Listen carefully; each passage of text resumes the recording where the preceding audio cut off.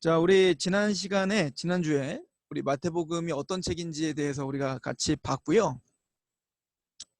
오늘, 그리고 마태복음 1장 족보 이야기는 이제 지지난주에 우리가 이야기를 했고, 자, 우리 좀 몇 가지 좀 알면 다시 얘기해 드리면, 우선은 마태복음이 누구를 위해 쓰여졌나?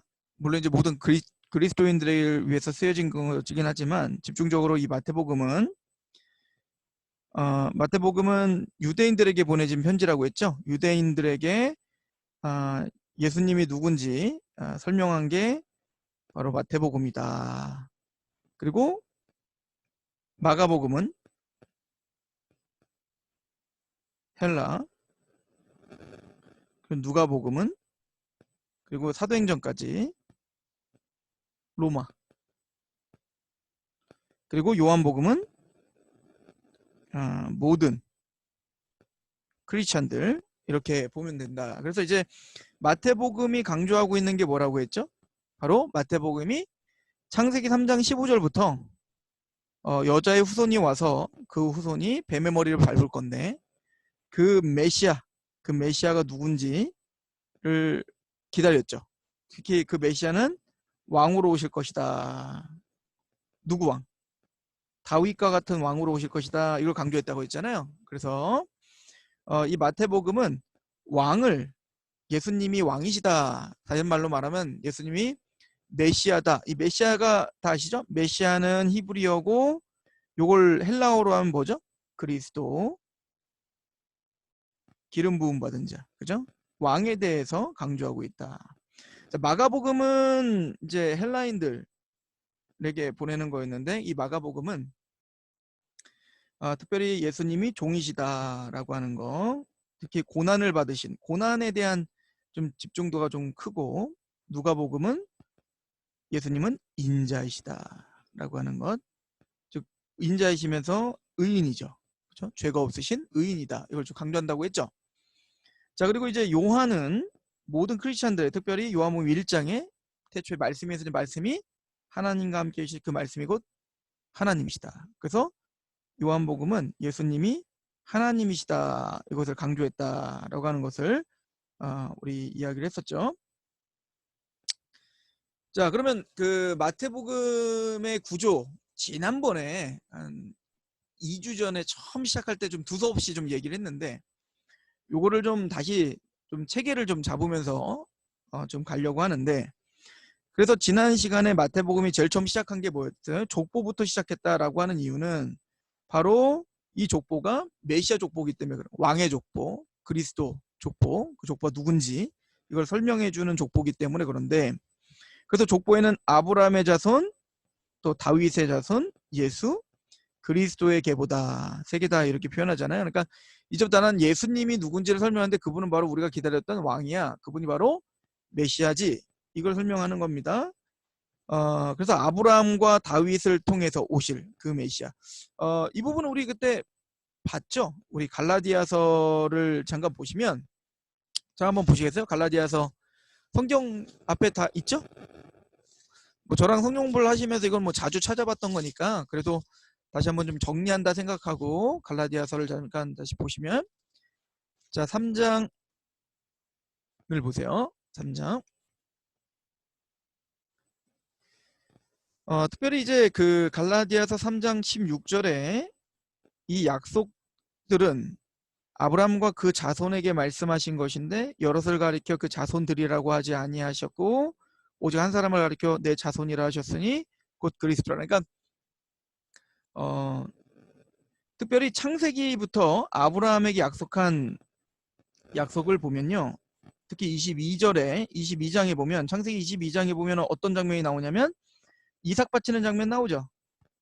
이삭을 바친 다음에 그 믿음의 절정을 보신 다음에 하나님께서 뭐라고 하냐면 내 씨로 말미암아 모든 민족이 복을 얻는다, 이거를 이제 얘기를 하세요.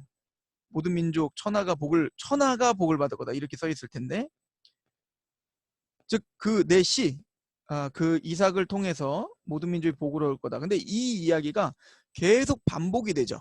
특별히 이거 아브라함에게 한 얘기지만 나중에 야곱에게도 했던 얘기도 똑같아요. 너와 내 자손으로 인하여 모든 민족이 복을 얻을 거야. 꼭 모든 민족이 복을 얻는다는 말을 하는데, 그 자손은 자손들이라고 하지 않고 자손이라 했다. 그 단수라고 썼죠. 단수. 그래서 이제 갈라디아 3장 16절은 그걸 이렇게 말한 거예요. 여럿을 가리켜 그 자손들이라고 하지 아니하시고 오직 한 사람을 가리켜 내 자손이라 했으니 바로 그리스도다. 그러니까 아브라함서부터 다윗의 후손 오실 그분을 바로 예수님에 대한 예언이었다라고 하는 것을 이제 이야기를 하고 있는 거죠. 자, 그래서 우리 지난번에 얘기했듯이 특별히 우리 마태복음을 좀 이제 펴놓고 오늘은 이제 그 큰 제목들, 그러니까 마태복음 1장에 어떤 얘기가 있고 2장 어떤 얘기고 이거 큰 그림을 좀 잡을 거거든요. 지난번에 좀 하다 말았는데, 자, 특별히 마태복음 1장을 좀 가보면, 자, 마태복음 1장에 그래서 뭐로 시작한다? 1장에 족보 이야기가 시작됐다. 이거죠? 족보 이야기가 시작됐어요. 그리고는 1장 18절부터 보면, 1장 18절부터 보면 이제 예수님의 탄생 이야기가 나오는데, 그 예수님의 탄생 이야기서부터 시작해서 이제 2장, 3장, 4장, 자, 요렇게까지가 뭐냐면 예수님이 어떻게 탄생하셨고, 그리고 예수님이 헤롯에 의하여 이제 죽임당할 뻔하다가 살아나고, 그리고 그것도 이제 로마의 어떤 그 호정령 때문에 애굽에 잠깐 갔다 오시고, 그리고 세례 받으시고, 그리고 40일 동안 광야에서 시험 당하시고, 요런 이야기가, 그러니까 공생애, 우리가 보통 이제 공생애라고 하잖아요, 그죠? 예수님이 이제 공적 사역을, 공생애를 이제 시작하시기 전에까지의 이야기가 이제 4장까지가 이제 그 얘기가 나오는데, 우선은 예수님이 마태복음 1장부터 4장까지 쭉 얘기하면서 우리가 그때 얘기했지만 반복하는 게 뭐냐면 말씀대로, 그 구약의 말씀대로 그렇게 행하셨다라고 하는 말을 계속 반복을 해요. 우리 그 마태복음 2장을 잠깐 가볼까요? 2장. 뭐 1장부터 보시죠. 1장 22절을 한번 보시면, 이 모든 일이 된 것은 주께서 선지자로 하신 말씀을 이루려 하심이니 이르시되 보라 처녀가 잉타의 아들을 낳으리니, 이러면서 이제 그 계속 그 강조하고 있는 게 뭐냐면 선지자가 하신 말씀을 이루셨다라는 말을 계속 반복해요. 자, 이 얘기는 뭐냐면, 자, 이게 지금 유대인들이기 때문에 유대인들이 가장 중요하게 여기는 구약 성경, 타낙이라고 하잖아요. 타낙. 이건 다시 설명 안 하지 않아죠? 타낙. 구약, 우리가 이제 구약이지만 이제 이스라엘은 타낙이라고 하죠. 왜냐면 토라, 네빔, 케투빔. 토라는 뭐죠? 창세기, 출애굽기, 레위기, 민수기, 신명기. 그리고 네빔은 여호수아, 사사기, 사무엘 상하, 열왕기 상하, 뭐 이사야, 예레미야, 이걸 다 네빔, 선지자 글. 세 번째 케투빔은 시가서라고 하는데 시편, 잠언, 전도서, 룻기, 이런 것들이 다 시가서. 그러니까 타낙이라는 게 이 세 가지가 다 뭐냐면 바로 구약 전체를 말하는데, 이걸 이제 누가복음 24장에 보면 44절인가 예수님 뭐라고 하냐면 모세의 율법과 선지자의 글과 시편에 기록된 말, 나를 기록한 말들 다 이루어져야 하리라 한 말이 바로 이것이다. 그러면서 그 토라, 네빔, 케투빔을 얘기하신단 말이에요. 이게 뭐냐면 구약 전체를 가리켜 이야기한다라고 하는 거죠. 자, 그래서 이 구약 전체가 과연 누구를 이야기한다? 아까 말했지만 그리스도가 누구냐, 메시아가 누구냐. 그렇기 때문에 바로 그 예수님이 그 메시아야, 이거를 이제 강조해야 되기 때문에 구약 성경 계속 선지자가 하신 말씀을 이뤘다. 그래서 베들레헴에 태어나신 거고, 선지자의 말을 이루시기 위해 처녀가 잉태한 거고, 선지자의 말을 이루시기 위해 애굽도 잠깐 갔다 오는 거고, 이제 거기에 관심이 많은 거예요. 유대인들에게 보내는 편지. 물론 이제 유대인이 아니더라도 이게 우리 성도들한테는 다 관심을 가져야 될 문제지만 특별히 유대인들에겐 더욱더 그건 중요한 문제이기 때문에 그걸 강조했다. 자, 그리고 우리가 전체적인 그 마태복음의 전체적인 장들을 좀 설명을 하면서 1장부터 그 나오는 이야기들, 특별히 1장에서는 족보 이야기 나오고 예수님이 탄생하는 얘기가 나오잖아요. 근데 이제 예수님이 그 1장은 어디에 있었냐면 예수님이 가나안 땅에 있죠. 그렇죠? 왜? 베들레헴에서 태어나시니까. 자, 가나안에서 태어나시는 장면이 나오고 2장을 보시면 가나안에서 태어나신 그 예수님께서 잠깐 어디를 가시는 장면이 나오냐면 애굽에 잠깐 가시는 장면이 나와요. 자, 우리 2장을 한번 가봅시다. 2장 13절부터 그 애굽 피난 장면이 나오는데, 그들이 떠난 후에 주의 사자가 요셉에게 현몽하여 이르시되 헤롯이 아기를 찾아 죽이려고 하니 일어나 아기와 그 어머니를 데리고 애굽으로 피하라. 애굽으로 피하라. 애굽으로 피하러 가요. 자, 이런 단어들을 좀 중요하게 여기셔야 돼요. 애굽으로 피하러 가고요. 자, 그리고 난 다음에 이제 3장에 어떤 장면이 나오냐면, 자, 3장에는 예수님 이제 세례 요한 얘기가 나오죠. 세례 요한이 와서 예수님께 세례를 베풀죠. 예수님 세례를 받으시는 장면이 나와요. 자, 우선 이 장면을 좀 생각해 보면 예수님이 세례를 받으실 필요가 없잖아, 그죠? 그 세례 요한도 그런 얘기를 해요. 아니, 내가 당신에게 세례를 받아야 되는데 어떻게 당신이 나한테 세례를 받으려고 하십니까? 그렇게 하지 마세요. 그랬더니 이제 예수님 중요한 얘기를 하는데, 이건 좀 짚고 갔으면 좋겠는데, 마태복음 3장 우리 그 15절 말씀을 좀 보세요. 거기 보면 이제 세례요한이 이렇게 말하죠. 예수께서 대답하여 이르시되 세례요한이 왜 내가 당신한테 내가 세례 받아야 되는데 왜 당신이 나에게 옵니까? 그랬더니 예수님 대답하시는 거예요. 15절에 예수께서 대답하여 이르시되 이제 허락하라. 우리가 이와 같이 하여 모든 의를 이루는 것이 합당하다. 예수님이 세례 받는 것이 모든 의를 이루는 것과 같다. 자, 이 얘기는 뭐냐면 사실은 세례를 받으시는 거는요, 예수님이 세례를 받으실 이유가 없죠. 왜냐면은 분명히 세례의 의미가 뭐냐면 회개의 세례다 이렇게 표현을 하고 있거든요. 근데 예수님은 회개할 필요가 없잖아. 왜? 죄가 없으니까.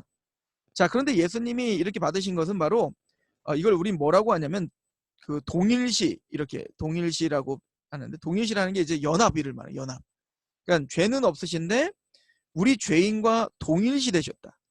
그래서 이제 우리가 세례 받는 장면, 구원받은 사람이 세례 받는 것도 물속에 들어가죠. 우리 성도께 이제 침례를 주잖아요. 그러니까 물속에 들어가는 게 뭐냐면 죽었다라고 하는 거잖아요. 그래서 이건 무슨 얘기냐면 예수님의 십자가에 죽으셨을 때 나도 함께 죽었다. 이걸 이제 동일시하는 거야. 연합됐다. 그리고 거기에 예수님의 부활에 연합되어 우리도 산자가 됐다. 이거거든요.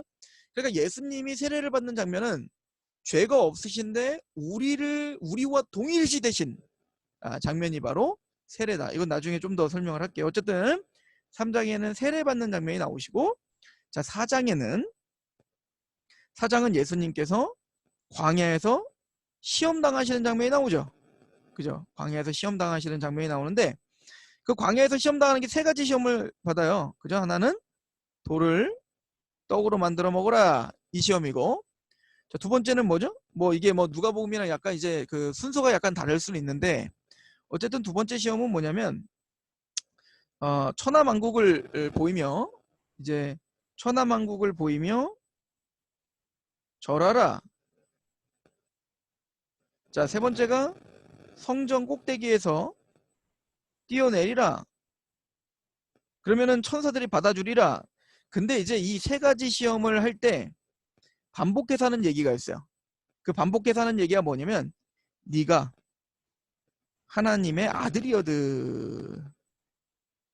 그러니까 네가 하나님의 진짜 아들이냐? 요걸 시험하는 거야.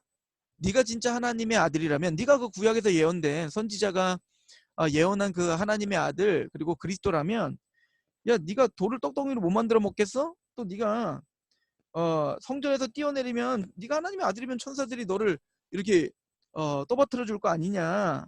이 세 가지 시험을 이야기하는데, 이것도 나중에 좀 더 구체적으로 설명하겠지만, 특별히 이제 그 이 세 가지 시험은 그 저랑 성경 공부를 할 때 조금 들으셨을 수도 있는데, 요한일서에 보면요, 오늘날 우리가 당하는 시험 세 가지를 설명하는데 기억나죠? 제가 이제 그 설교 때도 좀 얘기를 했었는데, 요한일서에 보면 육신의 종류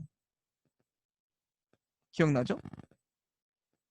그리고 안목의 정욕,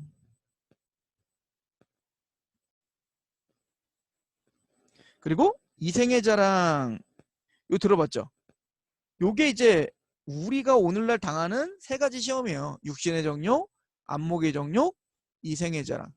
근데 이거는 오늘날 우리만 당하는 시험이 아니라 누가 당하는 시험이 있냐면 이 세 가지가 바로 예수님이 당했던 시험이에요. 그러니까 돌을 떡덩이 만들어 먹어, 돌을 떡덩이 만들어 먹어라. 이건 뭐야? 바로 육신의 정욕을 말하고, 보이는 거 절해라. 천하만국을 보이면서 네가 한 번만 절하면 내가 이 모든 거 다 줄게. 이거 뭐죠? 안목의 정욕에 대해서 이야기하는 거고, 성전에서 뛰어내려. 그러면 네가 만약 하나님의 아들이거든. 아니 천사들이 널 받쳐줄 거고, 그럼 너는 슈퍼스타가 되는 거 아니야? 이건 뭐죠? 이생의 자랑이 되라는 거야. 이생의 자랑. 이 세 가지 시험을 우리는 오늘도 실패하고 사는데 누구는 승리하셨다는 거예요. 말씀으로 승리하셨다. 누가? 예수님이 말씀으로 승리하셨다. 근데 중요한 건 그 말씀이 다 뭐냐면 신명기, 신명기, 신명기예요. 자, 신명기는 우리가 잘 아는 대로 뭐예요? 이스라엘이 광야에서 이야기를 마지막으로 최종적으로 말하는 게 신명기잖아요. 지금 무슨 얘기냐면 이 세 가지 시험은 우리 오늘날 우리만 실패하는 게 아니라 구약 광야 시대 때 이스라엘이 실패했던 시험이다. 이걸 말하는 거예요. 근데 더 나아가 구약 광야에서 이스라엘만 실패한 게 아니라 누구도 실패했다. 창세기 3장에 아담과 하와가 태초에 실패했던 시험이다. 이거를 이제 강조하고 있다. 그러니까 아담과 하와 이 첫 번째 육신의 정욕은 뭐예요? 이렇게 선악과 볼 때 먹음직하고 그러잖아요. 그죠? 돌 똑똑히 만들어 먹어라. 두 번째 안목의 정욕은 뭐예요? 보암직하고 그러잖아요. 그죠? 이건 뭐예요? 보이며 절하라. 그리고 마지막 이생의 자랑 뭐야? 하나님같이 지혜로워질 것 같다. 내가 하나님처럼 되리라. 네가 하나님처럼 될 거야 라고 하는 거. 바로 이생의 자랑이다. 라고 하는 것을 이제 이야기를 하고 있는 거죠. 자, 그래서 제가 지금 여기 지금 말하고 있는 전체적인 메시지가 뭐냐면, 그러니까 마태복음 1장에 가나안에 계시다가 2장에 애굽에 잠깐 갔다 가시는 장면이 나오고, 그리고 3장에 예수님께서 세례를 받고, 그리고 4장에 예수님이 시험을 당하시되 예수님이 승리하시죠. 자, 요 이야기는 정확하게 누가 살았던 이야기냐면 바로 이스라엘의 인생이죠. 자, 이스라엘이 어떻게 살았어요? 바로 아브라함과 이삭과 야곱이 가나안에 왔죠. 갈대아 우르에서 가나안으로 왔다가 우리가 잘 아는 대로 요셉으로 인하여 어디 갔죠? 애굽에 갔죠. 이게 창세기 끝이죠. 그런데 그 애굽에서 세례를 받고, 세례는 뭐예요? 홍해를 건너는 것을 상징적으로, 홍해를 건너는 것이 바로 그 세례를 받는 것과 이제 동일하게 얘기를 해요. 고린도전서 10장을 제가 좀 읽어드리면, 고린도전서 10장 1절에 바울이 그렇게 얘기를 하죠. 고린도전서 10장 1절. 형제들아, 나는 너희가 알지 못하기를 원하지 아니하노니 우리 조상들이 다 구름 아래에 있고 바다 가운데로 지나며 모세에게 속하여 다 구름과 바다에서 세례를 받았느니라. 이렇게 표현하죠. 그러니까 그 신학적으로 사도 바울은 랍비였던 사도 바울은 모세를 통하여 출애굽을 한 것을 우리가 뭘 받는 거와 지금 동일하게 여겨요? 세례 받는 장면과 동일하게 여기고 있다. 이게 신학적인 어떤 틀이거든요. 자, 그런 것처럼 지금 그 고린도서 10장에서 말한 것처럼 지금 예수님께서 그 세례 받는 장면은 꼭 이스라엘이 홍해를 건너는 장면과 비슷하죠. 자, 그리고 홍해를 건너고 바로 가나안 땅에 가기 전에 어딜 들어가요? 뭐예요? 40년 동안 시험을 당하시는데 그 시험이 세 가지 시험이었다는 거였어요. 그죠? 그래서 지금 요 구조를 보면 지금 예수님이 지금 뭐 하시는 것 같아요? 이스라엘의 삶을 되풀이해서 살고 계시죠. 자, 무슨 얘기냐면 예수님은 참 이스라엘이다. 이걸 이야기하는 거예요. 예수님이 바로 참 이스라엘이시고 육적인 우리 이스라엘이 실패했던, 그래서 하나님의 율법과 하나님의 말씀에 실패했던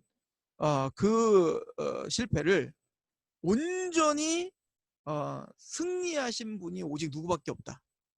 우리의 메시아시요 우리의 그리스도이신 예수님이 참 이스라엘이야. 이거를 굉장히 강조하고 있다라고 하는 것을 좀 염두에 둘 필요가 있다. 자, 그러면 자 보세요. 제가 이걸 얘기하는 이유가 있어. 그러면 이스라엘이 40년 광야를 사시다가 40년 광야를 살다가 이제 드디어 뭐 해야 돼요? 요단강을 건너서 어디 들어가야 되죠? 가나안에 가야 되죠. 자, 이거 지난 시간에 했었는데 가나안에 가서 사실 뭐 해야 돼? 가나안에 가서 해야 될 이유가 뭐야? 가서 이제 띵까띵까 노는 게 아니라 첫 번째는 정복해야 돼. 그죠? 누굴 정복해? 그 가나안에 살고 있는 칠족속을 그 정복해야 되잖아요. 그러니까 우상 숭배자들을 정복하고 그 정복을 왜 하는 거야? 거기에 뭘 세워야 돼? 하나님의 나라. 그죠? 하나님의 통치가 있는 나라를 세워야 돼요. 그죠? 하나님의 주권이 있는 하나님 나라를 세워야 돼요. 요거 이제 궁극적으로 구약에서 누가 세우는 거예요? 정복하고. 그리고 거기에 세 번째, 하나님의 나라를 세우고 하나님의 도성을 세우고 거기에 중앙에 뭐가 있어야 돼요? 하나님을 영화롭게 해야 되죠. 다른 말로 예배해야 되잖아. 하나님과 만나야 되잖아요. 그죠? 그래서 이 정복을 하고 하나님의 나라를 확장한, 물론 정복이 이제 여호수아부터 시작했지만 그 정복을 끝장낸 사람이 누구냐면 다윗이야. 다윗. 그리고 그 다윗이 하나님의 나라, 하나님의 통치가 있는 나라를 세웠잖아요. 그리고 누가? 우리가 잘 아는 솔로몬 때 뭐가 세워졌어? 거기에 성전이 세워지잖아요. 그래서 거기에 하나님의 영광스러운 나라가 회복됐다. 이게 이제 구약이 말을 하고 있는데, 그러니까 목적지는 뭐냐면 가나안에서 애굽에 갔다가 홍해를 건너 광야 40년을 거쳐 요단강 건너고 가나안에 와서 궁극적으로 뭐요? 하나님의 나라가, 하나님의 통치가, 하나님의 나라가 세워질 것을 이제 기대하는 거예요. 자, 오늘 요거 좀 기억하셨으면 좋겠는데, 자, 따라해 보세요. 나는, 나 지금 입 모양 다 보여? 입 모양 다 보여. 나는 너희의 하나님이 되고 너희는 나의 백성이 되리라. 요거 잘 기억하셔야 돼요. 이제 마태복음뿐만 아니라 성경을 연구하면서 이게 핵심이에요. 나는 너희의 하나님이 되고 너희는 나의 백성이 될 거야. 이거 무슨 얘기죠? 온전한 하나님 나라가 세워질 거고, 그리고 거기에 나는 왕이고 나는 하나님이고 너희는 뭐다? 백성이 될 거다. 요게 성경의 핵심이에요. 이것을 완전히 이루어지는 거, 이 하나님의 통치와 하나님의 하나님 되심이 또 그 백성들이 백성다워지는 것이 온전한 그 질서가 확립되는 걸 뭐라고 하는 거냐면 그게 안식의 상태라고 하고 그게 샬롬이에요. 평강이에요. 그래서 이제 모든 이제 창세부터 시작한 그 모든 하나님의 구속사 역사, 뭐 우리 지금 코로나 때문에 지금 이 지경이 되고 있는 이 모든 세속의 역사도 다 어디를 지금 목적지로 가고 있냐면 나는 너희의 하나님이 될 것이고 너희는 나의 백성이 될 거야. 이것을 목적지로 지금 하나님의 주권이 데리고 가는 거야. 그래서 이거 굉장히 중요하기 때문에 지금 말하는 거예요. 이게 마태복음을 이해하는데, 뭐 마태복음뿐만 아니라 모든 성경을 이해하는데 너무 중요한 거예요. 그래서 그 새하늘과 새 땅이 이제 완성되어지는 그때, 예수님이 재림하시고 완성되어지는 그때, 그러니까 그 성경에서 보면은 계시록이 이제 그 완성됨을 이제 이야기해 주잖아요. 그 완성됨을 이렇게 표현해. 우리 계시록 한번 가보실래요? 요한계시록. 내가 이거 PPT로 다 띄울까 하다가 그냥 자기 성경에 여러분들이 줄을 쳐서 좀 보고 하는 것이 더 좋기 때문에 그냥 안 했어요. 그래서 여러분들 그냥 자기 책에다가 이렇게 좀 줄도 치면서 보셨으면 좋겠는데, 자, 요한계시록 우리 21장을 한번 가보세요. 21장. 자, 드디어 하나님의 나라가 완성됐다. 그래서 그 나라가 완성됐는데 그거에 대해서 뭐라고 설명하는지 한번 보세요. 자, 21장 제가 3절부터 볼게요. 21장 1절부터 그냥 볼게요. 또 내가 내 새하늘과 새 땅을 보니 처음 하늘과 처음 땅이 없어졌고 바다도 다시 있지 않더라. 또 내가 보매 거룩한 성 새 예루살렘이 하나님께로부터 하늘에 내려왔어요. 자, 보세요. 새 예루살렘이 내려왔죠. 새 예루살렘. 요 예루살렘이 뭐예요? 예루살렘이 누가 세운 도성이에요? 다윗이 가나안 땅을 정복하고 이방 나라를 정복한 다음에 세운 게 예루살렘이죠. 근데 그 다윗이 세운 그 새 예루살렘은 그냥 예루살렘은 모형이었을 뿐이야. 그리고 그 예루살렘 성을 쌓고 그리고 중간은 아니고 동쪽에 이쪽에 뭐를 만들었냐면 여기에 뭘 만들었죠? 솔로몬이 성전을 만들었잖아. 그죠? 그러나 이 성전도 이 예루살렘도 모형이고 이 성전도 모형이에요.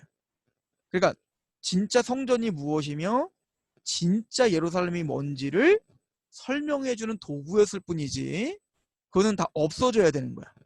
그래서 지금 없어진 거예요. 이해가시죠? 자, 그런데 드디어 다윗을 통해서 만들어진 그 새 예루살렘과 솔로몬을 통해서 만들어진 그 성전이 완성되었다. 드디어 이것들이 말하고자 했던 것들이 드디어 완성됐다. 이걸 말해준 게 요한계시록이란 말이에요. 근데 드디어 새 예루살렘이 완성된 거야.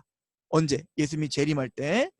예수님의 재림 때 이게 완성되는 건데, 자, 그 새 예루살렘 완성돼서 어떻게 되죠? 한번 보세요. 계시록 21장 2절.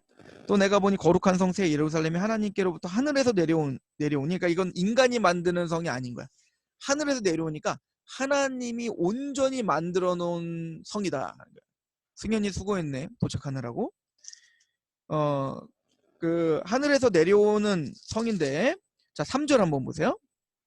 내가 들으니 보좌에서 큰 음성이 나서 이르되 보라, 하나님의 장막이 사람들과 하나님 함께 있음에 하나님이 그들과 함께 계시리니 자 보세요. 그들은 하나님의 백성이 되고 하나님은 친히 그들과 함께 계셔서 모든 눈물을 그 눈에서 닦아주시리니 다시는 사망이 없고 애통하는 것이나 곡하는 것이나 아픈 것이 다 있지 아니하리니 처음 들은 것이 다 지나갔음이로라. 보좌에 앉으시니가 이르시되 보라, 내가 만물을 새롭게 하노라 하시고 또 이르되 이 말은 신실하고 참되니 기록하라. 자, 6절 같이 읽어봅시다. 시작. 또 내게 말씀하시되 이루었도다. 나는 알파와 오메가요 처음과 마지막이라. 내가 생명수 샘물을 목마른 자에게 값없이 주리니 이기는 자는 이것들을 상속으로 받으리니. 자, 보세요. 나는 그의 하나님이 되고 그는 내 아들이 될 것이다. 이게 성경의 마지막 종지부야. 그러니까 성경의 목적지는 하나님이 우리의 하나님이 되시고 우리는 그의 백성이 돼야 되는 거예요. 그게 뭐냐면 새 예루살렘, 하나님의 도성이 완성된 모습이란 말이에요.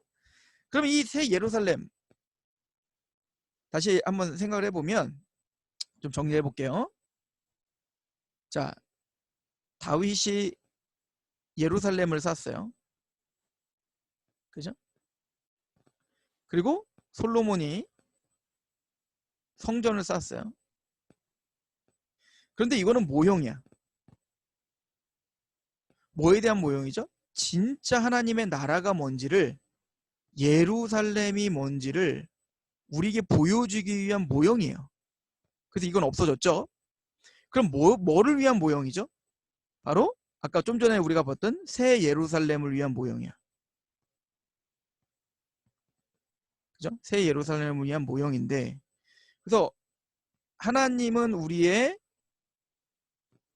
하나님이 되고 우리는 그의 백성, 더 나아가 그의 아들이 돼요. 이게 성취가 됐단 말이에요. 이걸 위해서 가는데 지금 우리는 여기 살고 있잖아. 그죠? 우린 중간에 살고 있잖아. 자, 그러면 사실은 이 모형이 가르쳐주고 있는 건 뭐예요? 그럼 이런 나라를 누가 만들 거냐? 이거를 구약은 뭐라고 하는 거냐면 그 다윗과 같은 한 왕이신 예수님이 바로 이런 나라를 만들 거야. 그리고 솔로몬이 진짜 그 솔로몬이라고 하는 말이 사실 샬롬에서 이제 샬롬과 어원이 같아. 어근이. 그러니까 샬롬 뭐야? 평강의 왕 솔로몬. 그러니까 예루살렘을 성을 쌓고 성전을 지어 진짜 하나님의 평강을 주는 건 샬롬의 왕 솔로몬이 아니고 진짜 샬롬의 왕은 누구냐? 예수다. 그래서 이제 평강의 왕이요 이렇게 말을 하는 거예요. 그래서 그 예수님이 뭘 만들 거냐면 바로 진짜 예루살렘.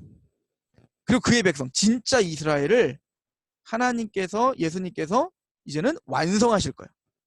그래서 그 완성되어서 그 다윗과 같은 왕 예수님이 오셔서 진짜 예루살렘을 만들어서 나중에 이 새 예루살렘이 하늘로부터 내려올 때 이 예수님으로부터 진짜 만들어진 새 예루살렘 백성들만 어디 들어가는 거야?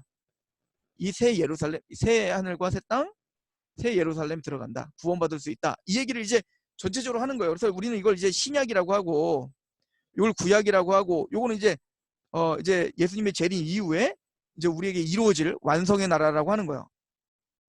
자, 이 구조를 좀 기억하시고 자, 보세요. 아까 마태복음 1장에서 가나안에 있다가 2장에 애굽에 갔다가 3장에 홍해를 건너 우리로 말하면 세례를 받고 4장에 광야에 있었던 것처럼 예수님이 광야 시험을 당하시잖아요. 이렇게 이스라엘이 살았던 그러나 이제부터 그럼 뭔 얘기를 할 거냐면 다윗을 통하여 뭐요? 하나님의 나라가 만들어지는 것을 이야기할 거 아니에요. 그죠? 근데 보세요. 광야에서 본격적으로 가나안 땅에 들어가기 직전에 모세를 통하여 하나님이 하신 게 있어요. 뭐냐면 제일 먼저 했던 게 뭐죠? 너희들은 제사장의 나라야. 내가 너희들을 통해서 특별한 일을 할 거야. 너희들은 제사장의 나라라는 것은 뭐냐면 세상 여타와 다른 나라야. 지금 무슨 얘기냐면 세상의 통치를 받는 나라가 아니라 너희는 누구의 통치를 받는 나라야 돼? 당연히 하나님의 통치를 받는 나라가 돼야 돼요. 자, 여러분들 한번 생각해 보세요. 여러분들 그 구원을 받은 다음에 여러분들 하나님의 통치를 받아야 되죠. 그러면 한번 질문해 봅시다. 여러분들은 하나님의 통치를 받으세요? 매일매일 하나님이 여러분들을 다스리세요? 우리 그걸 어떻게 아냐고요? 그러니까 뭘로 우리를 다스림을 받을 거냐고요. 그러니까 매일매일 막 직통계시를 주면서 야 오른쪽으로 가 왼쪽으로 가 승현아 그쪽으로 가지 마 이렇게 말씀하시는 거 아니잖아. 그래서 성경에는 이미 하나님이 다스린다는 방법이 뭔지를 말했어. 그게 뭐냐면 바로 율법이야. 하나님은 모세를 통해서 뭘 주셨어요? 율법을 주셨고 그 율법에 순종하는 게 뭐예요? 하나님 앞에 다스림을 당하는 거야. 그러니까 우리가 하나님의 백성이라면 당연히 하나님의 율법에 순종해야 되는 거예요. 그러니까 당연히 하나님의 나라에는 우리도 이제 대한민국이 건국이 됐어? 그럼 대한민국 건국이 되면 제일 먼저 만들어야 되는 게 뭐예요? 헌법을 만들어야죠. 법이 없는 나라는 없는 거야. 그래서 하나님이 광야에서 이 가나안 땅에 본격적으로 하나님의 나라를 만들기 전에 광야에서 뭐부터 주는 거예요? 법을 줬던 거예요. 하나님의 통치가 무엇인지 하나님의 법이 무엇인지 입법을 먼저 해야 되는 거란 말이에요. 자, 그래서 하나님께서 이제 그 이스라엘 백성들에게 율법을 수여한 거죠. 자, 마찬가지로 자 이제부터 마태복음의 이제 흐름을 볼 수 있는데 4장까지 이제는 그 예수님의 광야 생활까지 해서 이제 공생애를 직접 시작하실 건데 공생을 시작한다는 건 이제부터 뭐요? 하나님의 나라를 선포하러 오신 거예요. 그죠? 자, 예수님이 왜 오셨는지 우리 마가복음 잠깐 가보세요. 마가복음.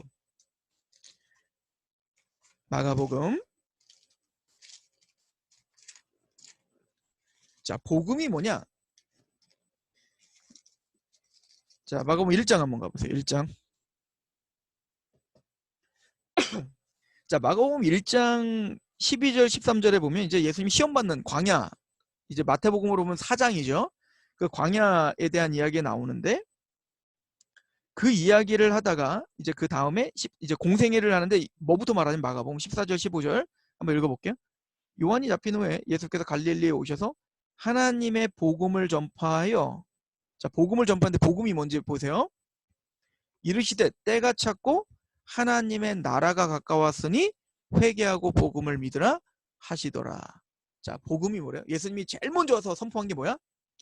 때가 찼고 하나님의 나라가 가까웠다. 자, 예수님 뭘 증거하러 오신 거예요? 하나님의 나라를 증거하러 오신 거예요. 증거할 뿐만 아니라 그 나라를 성취하시러 오신 거예요. 성취하실 뿐만 아니라 그 나라를 완성하러 오신 거예요. 그래서 예수님이 나중에 십자가에 죽으시잖아요. 예수님 십자가에 죽으시고 3일 만에 부활하신 다음에 제자들과 만나가지고 며칠 동안 이 땅에 계시냐면 40일 동안 계셔. 예수님의 40일 동안 제자들에게 가르쳤던 게 뭘까요? 너 앞으로 이제 어떻게 살아야 되는지, 네가 어떻게 해야 복 받는지 이런 거 가르쳐준 게 아니라 예수님이 40일 동안 뭘 가르쳐줬는지 사도행전에 보면 이제 나와 있죠. 한번 가보세요. 사도행전 1장을 한번 가봅시다. 사도행전 1장에 예수님이 이제 그 부활하시고 승천하시기 직전 40일 동안 뭘 가르치셨다 이렇게 아예 나와 있는데, 사도행전 1장 3절 그가 고난을 받으신 후에 또한 그들에게 확실한 많은 증거로 친히 살아계심을 나타내사 40일 동안 부활하고 40일 동안 그들에게 보이시며 뭐에 대해서 말씀하셨대요? 하나님의 나라의 일을 말씀하셨다. 그러니까 마가복음 1장을 보면 예수님이 뭐에 대해서 선포하시고 시작하셨어요? 복음은 하나님의 나라다에 대한 이야기. 그리고 마지막 예수님이 승천하시는 그 직전까지 마지막까지 40일 동안 가르쳐줬던 일이 뭐래요? 하나님의 나라, 하나님의 나라의 일에 대하여 가르쳐줬다. 그러니까 제가 그래서 아까 이스라엘 백성들이 가나안에 있다가 애굽에 있다가 홍해를 건너 광야를 거쳐 가나안에 가서 뭐 하는 게 목적지였다? 다윗 왕국 솔로몬 왕국, 즉 하나님의 나라가 무엇인지 설명하는 게 목적지라고 했잖아요. 마찬가지로 예수님이 이 땅에 이렇게 구약의 예언대로 선지자가 하신 말씀대로 이 땅에 오신 목적은 뭐라는 거야? 하나님의 나라를 위해서 오셨다. 자, 다시 말씀드립니다. 이스라엘이 하나님의 나라, 제사장의 나라이기 때문에, 그러니까 그 여타 다른 나라와는 구별된, 여러분들 혹시 거룩하다, 거룩한 제사장이니 할 때 거룩하다라는 뜻은 뭐예요? 구별되다라는 뜻이에요. 구별되다. 그러니까 여타 세상과는 구별된 하나님의 나라. 뭐가 구별될까요? 다스림이 달라. 즉 세상 권세가 다스리는 게 아니라, 세상의 문화가 다스리는 게 아니라 하나님이 직접 다스리는 나라, 구별된 나라를 구별된 나라가 되는 게 제사장 나라거든요. 그러므로 예수님이 이 땅에 오셔서 제일 먼저 공생애를 시작하시면서 마태복음, 그래서 뭐를 먼저 했다고 딱 설명을 하는 거냐면, 그래서 우리가 잘 아는 대로, 자, 그래서 5장 이제 공생애가 진짜 시작돼요. 5장에 그래서 뭐가 나와요? 5장부터 7장까지 산상수훈이 나오는 거예요. 왜 산상수훈일까? 뭐가 연상이 돼요? 이스라엘이 광야 40년 동안 있으면서 제일 먼저 뭐죠? 시내산에 올라왔잖아. 누가? 모세가. 그 모세가 뭘 받는 거야? 율법을 수요한 것을 지금 다시 뭔가 재생되고 있는 것 같은 느낌이 들죠? 그러니까 예수님은 바로 그 모세가 주신 그 율법을 수여받은 것처럼 이제 예수님이 바로 산상수훈을 받으심으로, 산상수훈을 다시 가르치심으로 이제는 하나님의 나라가 무엇인지를 선포한 거야. 무슨 얘기인지 이해 가세요? 지금 따라오시죠? 그래서 그 하나님의 나라는 뭐냐? 하나님의 통치인데, 그 통치는 당연히 하나님의 법이다. 그래서 법을 먼저 설명하는데 그게 바로 산상수훈이야.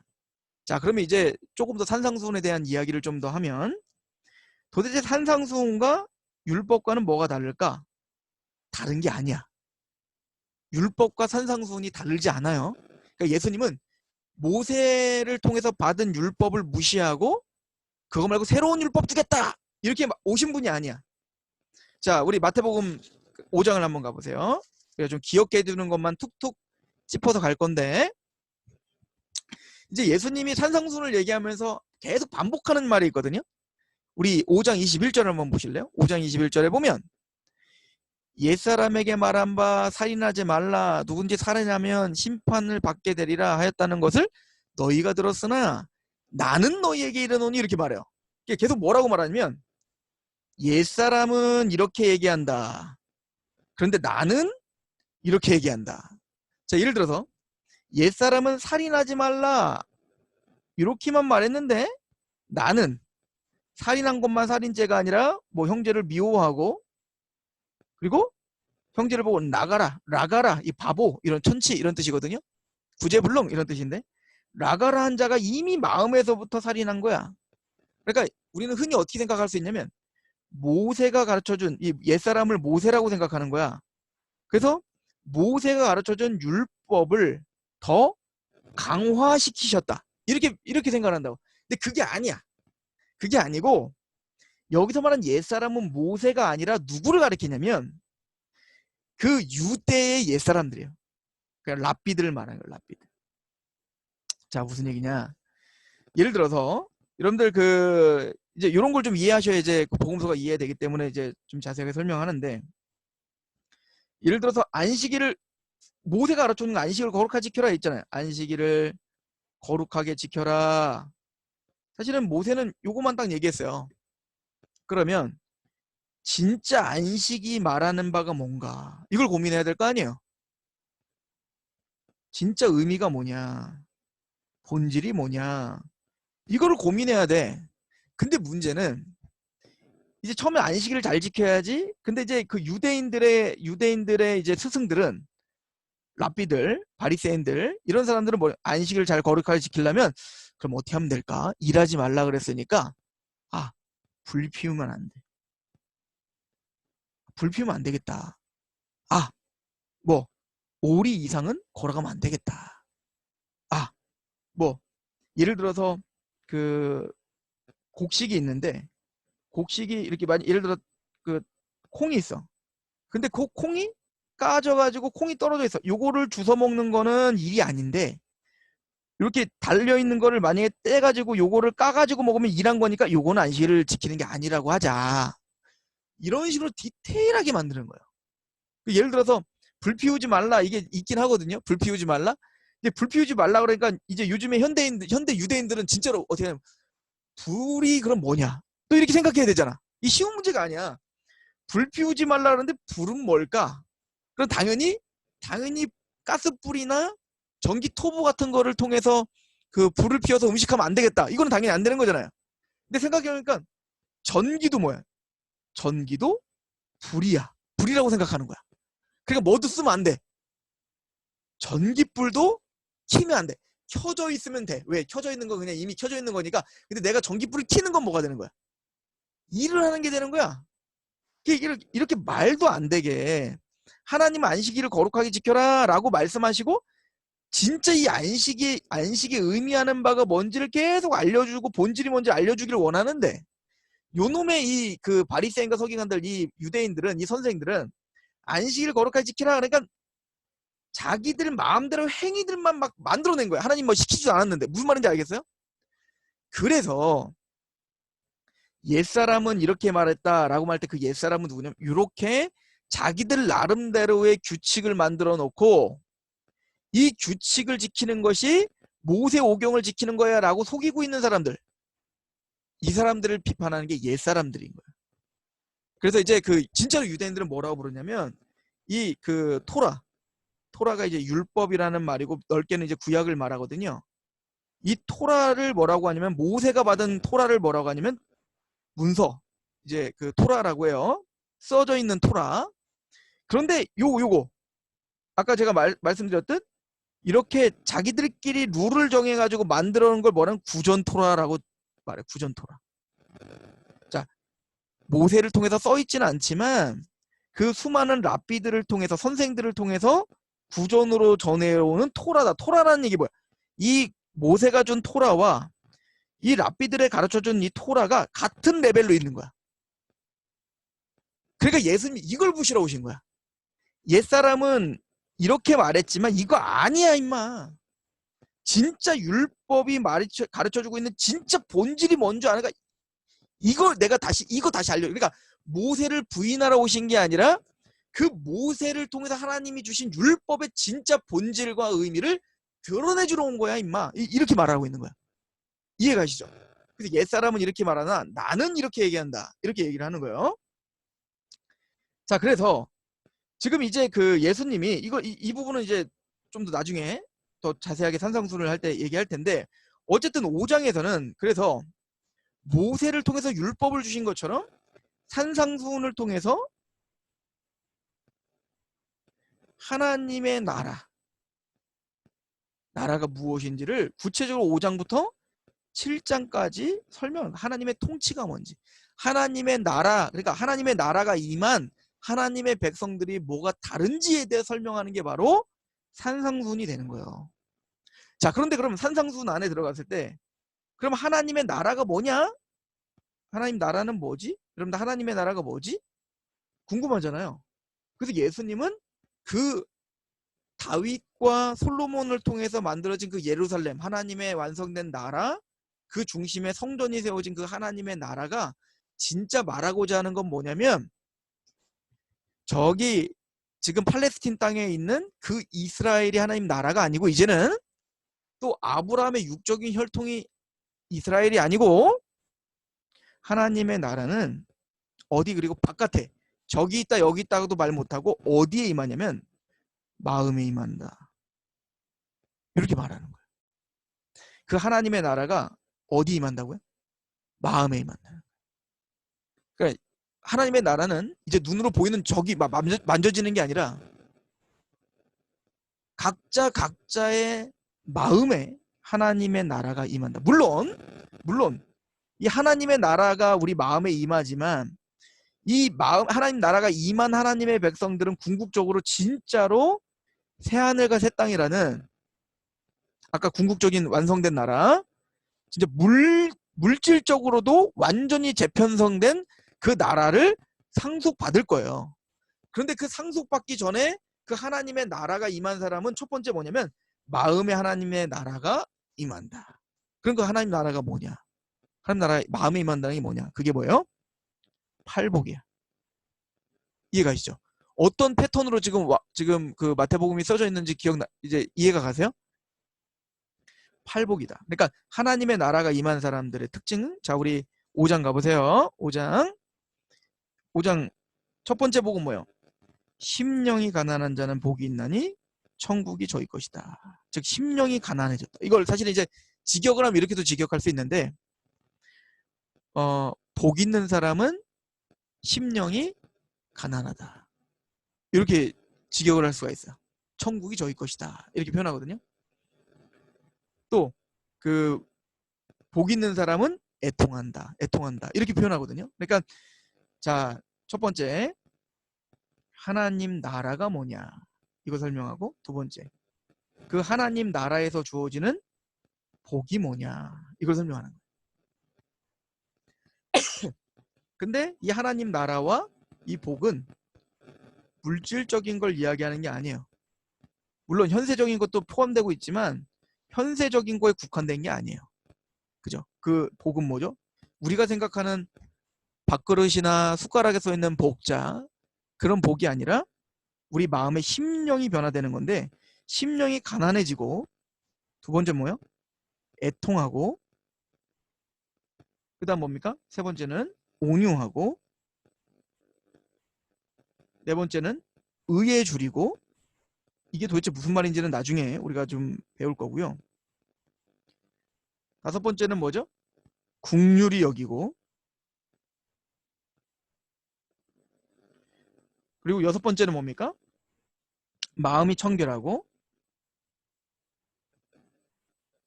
그리고 일곱 번째는 화평케 하고, 마지막 여덟 번째는 의로 인하여 핍박당하는 자. 이게 복이다. 그러니까 하나님의 나라가 임한 자란 심령이 가난해지고, 그죠? 높아진 마음이 없는 거야. 내가 죄인이라는 걸 철저히 깨닫는 거죠. 그래서 하나님 앞에 내가 죄인인 걸 철저히 깨닫는 심령이 가난한 자가 되면, 그 다음에 뭐가 되는 거예요? 마음이 애통하게 돼요. 하나님의 말씀 앞에 내가 얼마나 죄인인지 눈물을 흘리고, 또 하나님 앞에 내가 이대로 있다가 내가 영원한 파멸 가운데 있었군요. 그리고 구원받은 이후에 심령이 가난해서 예수님의 길이요 진리요 생명이신 예수님을 통해서 구원받은 것을 아는 즉시 더 애통하게 돼요. 왜? 예수님을 만나면, 하나님 나라가 임하면 심령이 가난해지면서 하나님 말씀대로 살고 싶거든요. 근데 그렇게 살지 못하는 나를 보면서 어떻게 돼요? 애통이 있죠. 그리고 세 번째는 뭐예요? 온유예요. 이 온유는 나중에 이제 모세와 연결해서 이제 지면의 온유함이 가장 큰 자가 모세다. 이걸 통해서 나중에 이제 연결해서 설명할 텐데, 어쨌든 하나님의 말씀 앞에 온유한 마음이 있어요. 딱딱한 마음이 아니라 부드러운 마음이 있다고요. 그죠? 그리고는 그 부드러운 마음이 있고 하나님을 향한 그런 온유한 마음이 있기 때문에, 하나님과 사람에게 온유한 마음이 있기 때문에 의에 줄여요. 그러니까 죄를 미워하고 하나님의 의를 추구하고자 하고 그 의를 사랑하고, 그러니까 그 의를 실행한다 안 한다는 둘째 문제야. 우선은 그 의를 사랑하고 의에 줄이고 그 의를 알고 싶고 그 의가 우리 안에서 완성됐으면 좋겠다는 갈망함이 생겨요. 그러면 그 의를 이루는 게 뭐라는 걸 알아요? 하나님의 국률인 걸 알아요. 그래서 우리는 하나님의 국률을 받은 자라는 걸 알 뿐만 아니라 더 나아가 그 국률을 베푸는 자가 돼요. 하나님의 의를 이루어야 되니까. 제데까 의를 이루어야 되니까. 자, 그러면 국률을 베풀려고 할 때 이거는 단순히 내 탐욕을 위함이 아니라 마음이 청결한 선한 양심을 갖고 있어요. 그죠? 그러니까 이기적인 동기로 하는 게 아니라 하나님의 청결한 마음, 정직한 영으로 또 선한 양심으로 하나님께 나가고, 더 나아가 그렇게 해서 어떻게 되는 거야? 첫 번째, 하나님과 화평한 자일 뿐만 아니라 가는 곳마다 트러블 메이커가 아니라 피스 메이커가 되는 거예요. 내가 가면 하나님과 죄인들이 연합이 되고, 내가 가면 교인들이 같이 연합이 되고, 내가 가면 화해의 역사가 일어나는 거예요. 그죠? 그러니까 하나님의 나라가 확장되어지는 거죠. 이걸 이제 나중에 복음의 제사장 이거 하나씩 나중에 설명을 해드릴 거예요. 근데 이런 과정들이, 화평케 하는 이 과정에 평탄할까요? 아니겠죠. 이 세상에서 뭘 받을까요? 당연히 핍박을 당한다고, 고난을 당한다. 근데 그 의를 위하여 핍박당하는 거, 그죠? 이것이 복이에요. 그러니까 하나님의 나라가 임했다는 건 이런 거야. 그러니까 하나님의 나라는, 우리 안에 하나님의 나라가 임했다는 건 열심히 우리가, 물론 이제 예배당에 나와서 예배를 드리고 기도를 내가 얼마나 많이 하며 내가 또 헌금을 얼마나 했으며 전도를 했냐, 물론 그거 중요하죠. 그 열매로서 중요한 거예요. 그런데 그게 척도가 아니야. 우리 안에 진짜 하나님의 나라가 있냐 없냐는 심령이 가난한가, 애통하는 마음이 있는가, 온유한 마음이 있는가, 의에 줄이는가, 국률한 여기는 마음이 우리에게 있는가, 우리는 마음이 청결한 하나님을 찾고자 하는 또 피스메이커 역할을 하고 있는가, 또 의를 위해 핍박받는 게 복이구나, 이런 마음이 우리에게 있는가. 지금 예수님은 하나님의 나라가 무엇인지를 우리에게 설명해 주고 있는 거예요. 그러니까 여러분들, 저는 이 마태복음을 여러분들과 나누려고 했던 이유가 뭐냐면, 이 마태복음에서 예수님이 진짜 말하고 있는 내용을 이해하지 못하면 기독교를 오해한다고요. 그냥 하나의 종교가 돼버리는 거야. 내 복을 위해서 하나님과 예수를, 하나님 나라를 도구로 사용하는 우상숭배가 될 수 있단 말이에요. 그죠? 자, 어쨌든 어떤 패턴인 줄 아시겠죠? 그래서 예수님이 하나님의 나라를 위해서 이 땅에 오셨는데, 그 하나님의 나라는 마음에 임하는데, 그 하나님의 마음에 이루어지는 그 나라란 바로 산상수훈의 첫 번째 뭐다? 바로 팔복이다. 자, 그러면 그렇게 하나님의 나라가 임했어요? 그죠? 우리 심령 안에, 누구 안에? 우리 심령 안에 그렇게 우리 안에 하나님의 나라가 임했어요. 자, 그러면 이 하나님의 나라가 임하면 하나님은 이제 뭐 하실까요? 자, 당연히 우리 안에 하나님의 나라와 통치가 꽉 차기를 원하겠죠. 충만하게. 그죠? 머리부터 발끝까지 하나님의 말씀으로 충만해지기를 원할 거야. 그런데 그뿐만 아니라 여러분들, 에덴 동산에 하나님의 에덴 동산을 그 하나님의 첫 번째 나라로 만드셨잖아요. 에덴 동산을. 그러면 에덴 동산에다가 하나님이 선악과와 생명나무를 심으시고 누구를 두셨어요? 아담과 하와를 두셨잖아. 그리고 아담과 하와에게 5가지 축복했죠? 뭐요? 생육하고 번성하고 땅에 충만하고 정복하고 다스려라. 그죠? 즉 아담과 하와가 이 땅을 정복하고 다스리면 다스릴수록 뭐 하라는 거예요? 선악과, 즉 하나님의 어떻게 보면 율법과 같죠? 하나님의 말씀, 선악을 판단하는 기준은 하나님께 있습니다를 인정함으로 그 생명이 넘치는 그 하나님의 말씀의 통치 안에 4개의 강이 흘러 어디까지? 땅끝까지 이르러 생육하고 정복하고 번성하고 충만. 즉 이렇게 하나님의 나라가 있는 이 경건한 하나님 통치를 받은 아담과 하와를 통해서 그 자손들이 경건한 자손들이 땅끝까지 퍼지면 퍼질수록 뭐가 하나님의 나라가 확장되길 원하는 게 원래 하나님의 뜻이었잖아. 근데 선악과를 따먹음으로 이게 박살난 거란 말이에요. 그럼 반대로 이 그림을 좀 생각해 본다면 반대로 하나님이 우리에게 지금 요구하시는 게 뭐냐면 하나님이 우리에게 하나님의 나라가 임하게 하신 다음에 당연히 우리로 끝나는 게 아니라 우리를 통하여 누가? 쉽게는 우리 가정이, 학교가, 우리 교회가, 우리 사회가, 어쨌든 내가 만나는 그 사람이 나만 하나님의 나라로 끝나는 게 아니라 우리를 통하여 누가?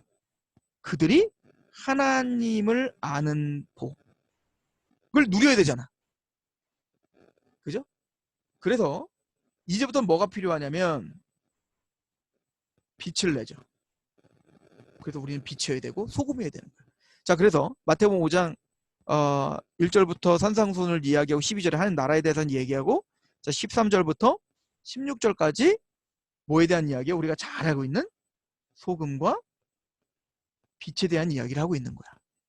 왜? 그 하나님의 나라를 우리는 확장하는 제사장이니까. 이해하죠? 자, 제사장이 하는 역할이 뭐예요? 하나님과 죄인을 화목케 하는 게 제사장이잖아.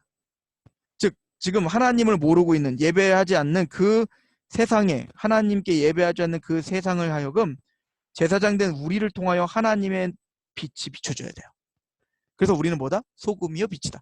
그래서 이제 그 13절에 보면 5장 13절에 너희는 세상의 소금이니 소금이 만일 그 맛을 잃으면 무엇으로 짜게 하리요? 후에는 아무 쓸데가 없어 다만 밖에 버려져 사람에게 밟힐 뿐이니라. 너희는 세상의 빛이라. 산 위에 있는 동네가 숨겨지지 못할 것이요 사람이 등불을 켜서 말 아래 두지 아니하고 등경위에 두나니 이러므로 집안의 모든 사람들에게 비치느니라. 자, 하나님의 나라가 된 우리가 이제는 우리만 하는 게 아니라 뭐요? 세상으로 하여금 우리는 소금이 돼야 돼요. 소금이니까 당연히 뭘 내야 돼요? 맛을 내야죠. 그 맛을 뭐라고 성경에 설명해 오고 있지는 않지만 지금 문맥상 뭘까요? 당연히 하나님의 나라의 백성의 맛이 나야 되는 거야. 뭐 쉽게 말해서 복음의 맛이 나야 돼. 즉 우리를 만나면 그리스도의 맛이 나고 우리를 만나면 하나님이 느껴져야 되는 거야. 그렇겠죠? 자, 두 번째, 우리는 빛이어야 돼요. 빛을 비추어 하나님을 아는 빛을 비춰야 돼요. 이게 복이야. 그러면 우리가 어떻게 하나님의 빛을 비출까? 이제부터 띠들고 나서 예수천당 불신지옥을 하면 되는 걸까? 물론 그것도 의미 있는 일이에요. 근데 적어도 지금 마태복음에서 예수님이 우리에게 가르쳐주신 패턴은 하나님의 나라가 너희 안에 임했지. 그 나라는 뭐예요? 사실은 마음이죠. 마음에 임했지? 근데 그 나라를, 그 하나님의 나라가 무엇인지를 빛을 비추는 빛은 뭐냐? 써 있어요. 16절 보세요. 5장 16절. 이같이 너희의 빛이 사람 앞에 비치게 하여 그들로 뭘? 너의 착한 행실을 보고 하늘에 계신 너희 아버지께 영광을 돌리게 하라. 그 빛은 뭐야? 착한 행실이야. 그럼 또 이제 또 궁금한 거야. 착한 행실이 뭐지? 그죠? 착한 행실이 뭘까? 우리가 말하는 우리 인간의 기준이 또 사회 통념이 만든 윤리와 도덕일까? 이거 아니다 이거. 하나님의 나라는 빛을 비춰야 돼. 그 빛이 뭐냐? 착한 행실인데 그 착한 행실이 뭐냐? 산상수훈이야. 이해가세요? 이제부터 하나님이 이제 그 5장 17절부터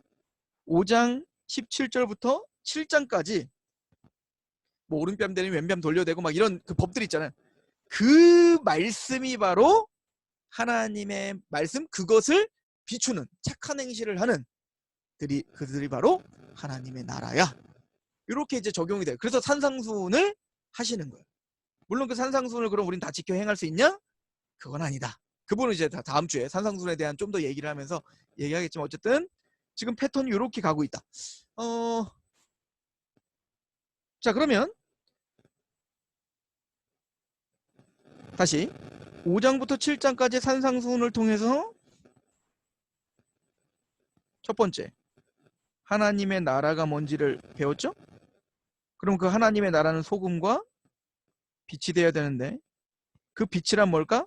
착한 행실이다. 즉 하나님 나라의 맛이 나야 되고 하나님 나라의 행함이 드러나야 되는데 그러면 그 하나님 나라의 착한 행실은 뭐다? 산상수훈의 쉽게 말하면 모세를 통해 준 율법의 본질이 드러나고 이것에 순종하는 거.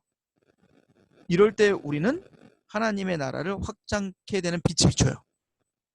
자, 이게 이제 5장부터 7장까지예요. 자, 근데 문제가 있어. 나중에 우리가 이제 다 끝났어요. 오늘은 여기까지 할 건데 문제는 여러분들 이제 산상수훈을 제가 다음 주에 잠깐 이제 우리가 보겠지만 산상수훈 앞에 직면하잖아요. 그럼 어떤 고백이 나올 수밖에 없냐면 나는 불가능하다. 이거 하나도 제대로 지킬 수가 없다는 걸 알게 될 거예요. 우리가 이런 것을 행함으로 하나님 나라를 우리가 우리의 힘으로 하나님 나라의 빛을 비추고 또 이렇게 행함으로 우리가 하나님 나라를 인정받는다면 아무도 구원받을 사람은 없어. 그래서 사실은 여러분들 율법을 주신 목적이 있죠. 하나님께서 율법을 주신 목적이 있는데 우리 로마서 잠깐 가볼게요. 로마서 3장을 잠깐 보세요.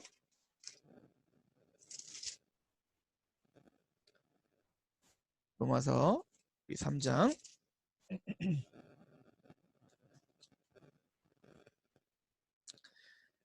우리 3장 우리 그 19절을 잠깐 보시면 3장 19절에 우리가 알거니와 무릇 율법이 말하는 바는 율법 아래에 있는 자들에게 말하는 것이니 이는 모든 입을 막고 온 세상으로 하나님의 심판 아래 있게. 그러니까 하나님의 율법 산상수훈도 마찬가지예요.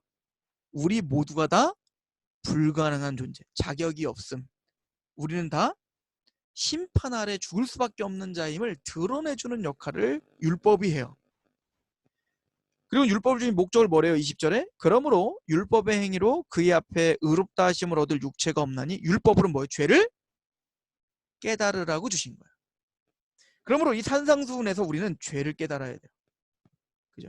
그리고 오직 뭐 하나님의 은혜만이 우리에게 구원이 될 수 있습니다 라는 걸 고백할 수밖에 없게 돼요. 자, 보세요. 모세 율법도 시내산에서 모세가 율법을 할 때 두 가지 의미가 있어요. 첫 번째는 뭐냐면 너희는 제사장 나라니까 너희는 세상과 구별되어 바로 하나님의 통치를 받아야 돼. 지금까지 설명한 거죠. 이거를 우리에게 보여준 것일 뿐만 아니라 두 번째는 뭐냐면 그래서 이스라엘이 어떻게 했어요? 구원받은 이스라엘. 와! 그래서 내가 다 지켜 행하겠습니다 라고 해놓고는 시내산에 모세가 올라가니까 바로 여기서 금송아지 만들었잖아. 그래서 40년 내내 어떻게 해요? 하나도 못 지켜요. 그걸 통해서 율법을 통해서 뭘 준 거예요? 죄를 깨닫게 하는 거죠. 그죠? 그리고는 뭐를 설명하냐면 율법에 십계명을 설명하고 그걸 다 못 지키니까 그 다음에 바로 준 게 바로 성막이에요. 대속제물로 너희가 죄 씻음 받지 못하면 즉 하나님의 은혜가 없으면 너희는 아무런 가능성이 없어. 이걸 설명한다고요. 패턴이 똑같아요. 지금 마태복음도 지금 이 모세의 이야기처럼 산상수훈을 통해서 우리가 하나님 앞에 얼마나 자격 없는 자인지를 알게 할 거예요. 자, 첫 번째, 하나님의 나라에 대해서 통치가 뭔지를 설명하고 두 번째, 그럼에도 불구하고 이걸 지키려고 하니까 어때요? 하나 지키지 못하는 것 때문에 우리는 자격이 없는 자임을 직면하게 만들 거야. 그러면 왜 우리는 이렇게 우리 스스로 하나님의 나라를 만들 수 없고 우리 스스로 하나님을 믿을 수도 없고 우리는 한 톨의 의도 만들어낼 수 없는 왜 하나님의 국률이 필요하지? 도대체 그러면 이 하나님의 나라는 우리 안에 어떻게 만들어지고 완성된다는 얘기지 우리 이렇게 실력이 없는데 그 이야기가 로마서 마태복음 8장부터 설명하는 내용이야. 그래서 이런 패턴을 모르면 8장부터 나타나는 병 고치는 거, 귀신 내쫓는 거 이런 얘기들을 오해하기 시작한다고요. 나중에 이 8장부터 시작되는 이런 이야기들, 왜 그럼 우리는 이렇게 자격이 없는 자가 됐고 하나님 말씀을 지킬 수 없는 자가 됐지? 말 그대로 우리는 죄와 사단의 권세 가운데 있어. 우리는 그렇게 전적 부패와 무능 가운데 있단 말이야. 그럼 우리가 여기서 벗어날 수 있는 길은 뭐밖에 없지? 그래서 내가 온 거라고. 예수님이 그래서 와오셨다. 그래서 귀신을 내쫓고 병을 고치고 죄를 사하시고 그렇게 해서 우리에게 하나님을 알게 하고, 그래서 하나님의 감사와 감격 가운데 하나님 나라를 완성할 수 있게 내가 온 거라고. 또 이걸 완성하는 것도 너희가 아니라 나야. 이거를 설명하는 게 마태복음인 거예요. 어떻게 설명되어질지니까 궁금하죠?